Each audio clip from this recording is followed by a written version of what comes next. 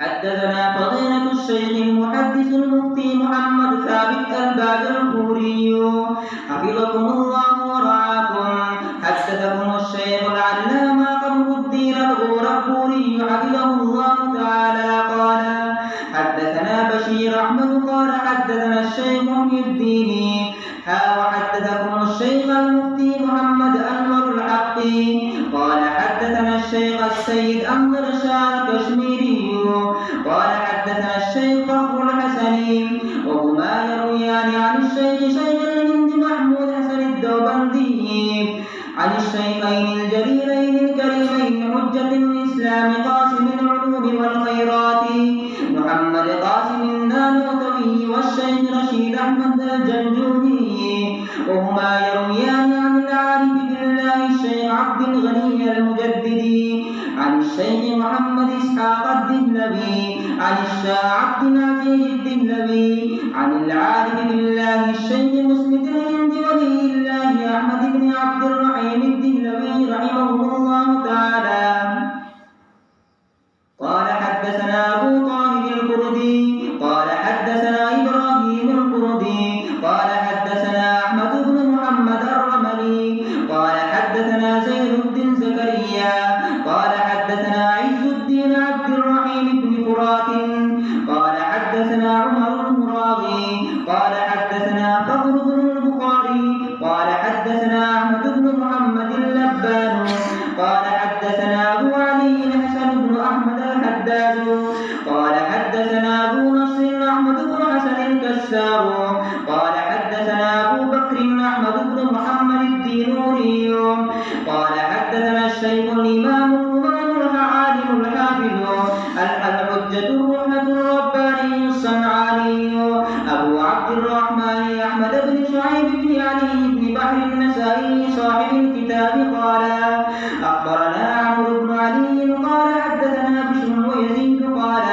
حدثنا عبد الرحمن بن إسحاق عن الزهري عن سعيد بن المسيب أن رسول الله صلى الله عليه وسلم أمر عتاب بن أسيد رضي الله تعالى عنه أن يخلص العنب فتؤدى زكاته زبيبا كما تؤدى زكاة النخل تمرا.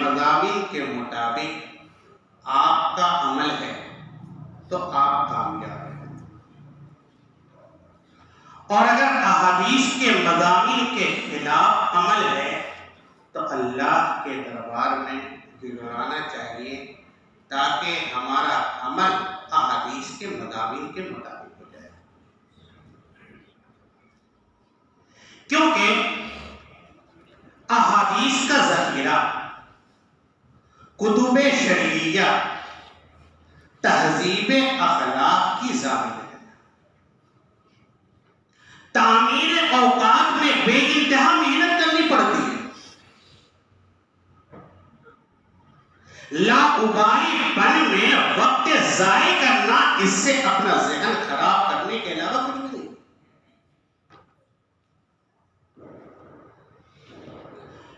علم حدیث کا مقصد یہ ہوتا ہے کہ باطن کو آراستہ کرنا، فضیلت سے مدین ہونا اور اللہ سے تقرب حاصل کرنا۔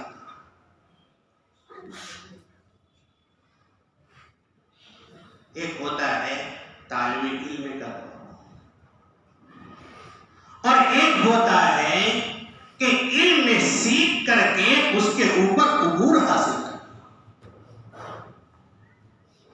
اور تیسرا دور ہوتا ہے کہ جو آپ نے پڑھا ہے اس کے اندر فکر و غور کر کے اس کے اندر ترقی پانا، اور چوتھا دور ہے کہ آپ نے جو پڑھا ہے لوگوں کو پڑھائیں، لوگوں کو سکھائیں۔ یہ سب سے بہتر شک ہے اور سب سے بہتر عمل ہے جو آفتاب کی طرح روز روشن کی طرح ہے۔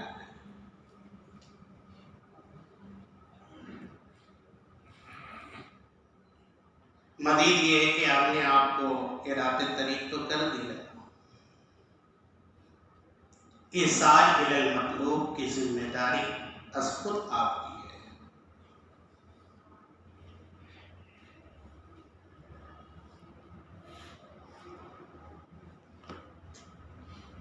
اس کو ایک مثال سے سمجھیے۔ ایک شخص ہے، دلی سے گھڑی لاتا ہے اور اس گھڑی کو اپنے یہاں بہترین مکان میں لگا دیتا ہے۔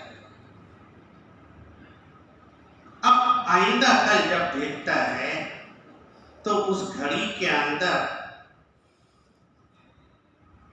5 منٹ سلو چل رہی، گھڑی 5 منٹ سلو چل رہی ہے، تو پھر وہ گھڑی کو ملا دیتا ہے۔ پھر دوسرے دن جب دیکھتا ہے تو آدھا گھنٹہ لیٹ چل رہی ہے، پھر اس کو صحیح کر دیتا ہے۔ پھر چوتھے دن تیسرے دن دیکھتا ہے تو پون گھنٹہ لیٹ چل رہی ہے، حالانکہ گھڑی کہاں سے لایا تھا؟ دلی سے لایا تھا۔ خریدنے والے کے دل کے اندر اس گھڑی کی وقعت بے انتہا، لیکن جب ٹائم صحیح نہیں دے رہی ہے تو اس گھڑی کی وقت کیا ہو جائے گی؟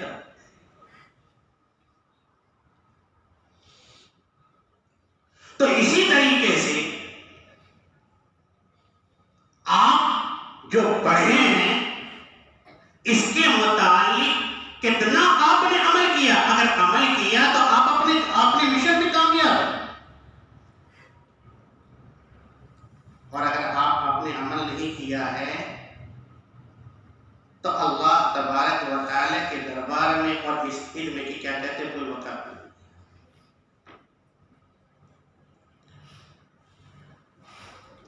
حضرت شیخ حسین احمد نور اللہ مرتبہ درس کے دوران بے انتہا اشعار پڑھتے تھے۔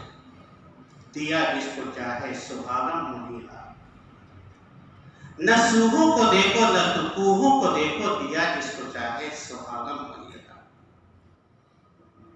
نہ کالی کو دیکھو نہ گوری کو دیکھو، دیا جس کو چاہے سبحانہ منیرا۔ کون پڑھتے تھے؟ علامہ مدنی نور اللہ مرتبہ۔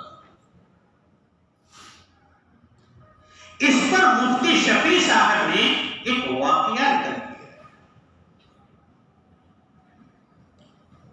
ایک جگہ ایک بچی کی شادی ہوئی اور شادی میں اس کو بے انتہا سجایا گیا، اعلیٰ سے اعلیٰ کپڑا اس کو پہنایا گیا، جو کوئی اس کو دیکھتا تو ان کی تعریف کرتا، لیکن کچھ بچی کے چہرے کے اوپر سرور کے بجائے غمی کا جو بھی دیکھتا اس کی تعریف کرتا کہ اس قدر حسین اور جمیل اور اوپر سے کتنے اچھے لبادہ، کتنے اچھے لباس ڈالے ہوئے، لیکن بچی کے چہرے پر سرور کے بجائے غمی تعریف۔ ان سے سوال کیا گیا کہ آپ کے لوگ تعریف کر رہے ہیں، آپ کو تو خوشی ہونی چاہیے، لیکن آپ تو خوشی کے بجائے غمی تعریف ہو رہی ہے آپ کے۔ تو اس بچی نے کیا کہا کہ مجھے جس کے لیے سجایا گیا ہے، جس کے لیے اعلیٰ سے اعلیٰ کپڑا پہنایا گیا ہے، اور جس کے لیے مجھے زیورات سے آراستہ کیا گیا ہے، اگر وہ میری تعریف کر دیتا ہے تو میرا بنے گا، اور اگر وہ میری تعریف نہیں کرتا ہے تو میرا بنے گا۔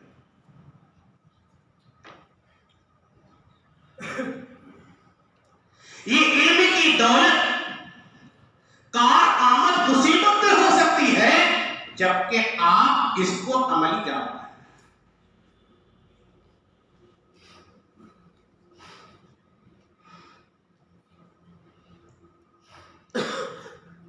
اور تیسری بات یہ ہے، آپ کا طالب علم کا دور ختم ہو رہا ہے، اب وہ دور شروع ہو رہا ہے جو قدم قدم پر آپ کی گرفت ہوگی۔ اب تو کہا دیا جاتا تھا ارے بھائی طالب علم میں چھوڑ، بعد میں یہ نہیں کہا جائے پرخطر وادی سے آپ کو گزرنا ہوگا، لیکن اپنے دامن کو بچا کر۔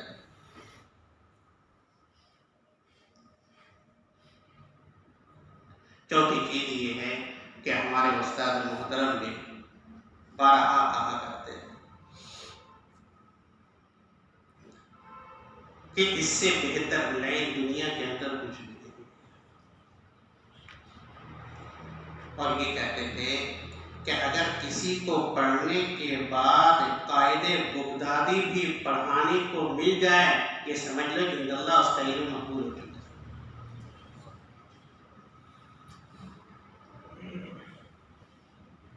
یہ نہ سمجھیں کہ اگر مجھے بڑی کتاب ملے گی یا اردس نظامی کی جو کتاب ملے گی تب پڑھائیں گے، ورنہ نہیں پڑھائیں گے۔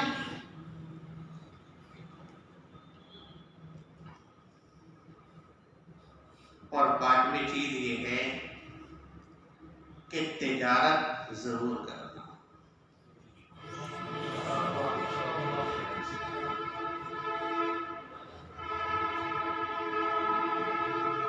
اس لائن میں بھی خدمت کرتے رہنا، لیکن تجارت سے اپنے آپ کو بالے داغ نہ کرنا۔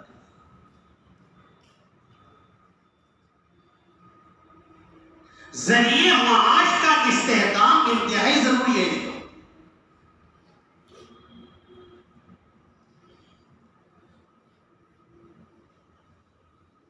اور رزق حلال، اگر رزق حلال ہوگا عبادت کے اندر بھی دل لگے گا، آپ کی اولاد بھی فرما بردار ہوگی، آپ کے بال بچے بھی فرما بردار ہوں گے، اور اگر آپ کا رزق حلال نہیں ہے تو سب آپ کے نافرمانی۔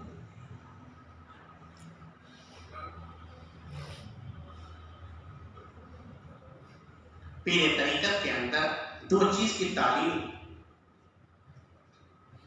مضبوطی کے ذریعے دی جاتی ہے، ایک رزق حلال اور دوسری چیز صدق مقال، کہ گردن کٹ جائے لیکن سچائی کے دامن کو مت۔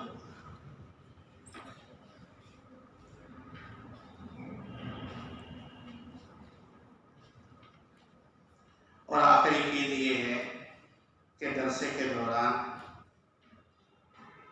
نہ آپ کے نقل و حرکت کے اوپر بسا اوقات میں نے بہت سخت کلمات کہے ہیں. یہ محض اس وجہ سے تاکہ آپ کے اندر تہذیب آ جائے، شائستگی آ جائے، آپ کے اندر آپ تربیت سے آراستہ ہو جائیں. یہ مطلب نہیں کہ آپ ہمارے دشمن ہیں.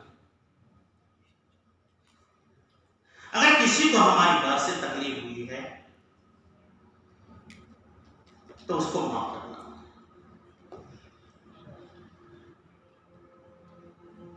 ہم نے اس کتاب کو حضرت الاستاد شیخ الحدیث علامہ قمر الدین مدد اللہ العالی، اللہ اس کا سایہ تعدیر قائم رکھے، بالاستیعاب اس سے پڑھی ہے. اور علامہ اور مفتی انوار صاحب، انوار الحق صاحب نور اللہ مرتبہ، اس سے بھی میں نے یہ نشری شریف بالاستیعاب پڑھی ہے جو آپ کی کتاب میں پوری سند ہے. ہم ان شرائط کے ساتھ جو محدثین حضرات کے نزدیک مطلوب ہے ہم آپ کو اجازت دیتے ہیں.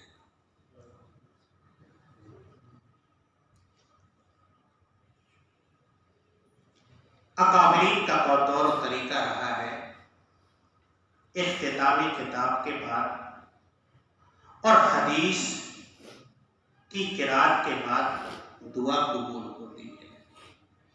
لہذا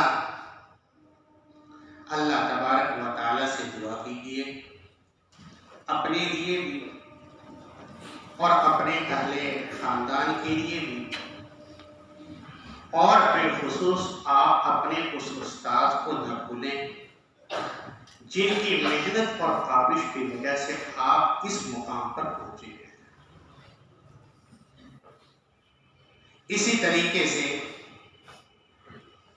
ہمارے محتمم صاحب کے لیے دعا کریں کہ اللہ تبارک و تعالی ان کو صحت تندرستی عطا فرمائے اور نظر بس سے حفاظت فرمائے. اور اسی طریقے سے اس خاکسار کے لیے بھی دعا کریں کہ بے انتہا ہر وقت اضطراب و کیفیت کی زندگی گزرتی ہے کہ اللہ تبارک و تعالیٰ اس اضطراب و کیفیت کو ہم سے دور کر دے. اور اپنے لیے دعا کریں کہ سالانہ امتحان اللہ تبارک و تعالیٰ آپ کو اعلیٰ نمبرات سے امکنار کریں اور اپنے عزیز و قابل کے لیے دعا کریں. تو دیکھیے پرچی آئی ہے، اللہ تبارک و تعالیٰ زیادہ جانتا ہے. ان کے جو نیک حسنات ہے اس کے لیے دعا کریں. اور ایک ہمارے موضوع ہے محمد عرفان الہی، ان کے لیے دعا کریں اللہ تبارک و تعالیٰ اس کے جائز مقاصد کی تکمیل کریں. اور اپنے ادارے کے لیے بھی دعا کریں اور جتنے اہل خیر حضرات ہیں اس ادارے کے لیے ان کے حق میں بھی دعا کریں. درود شریف پڑھیں.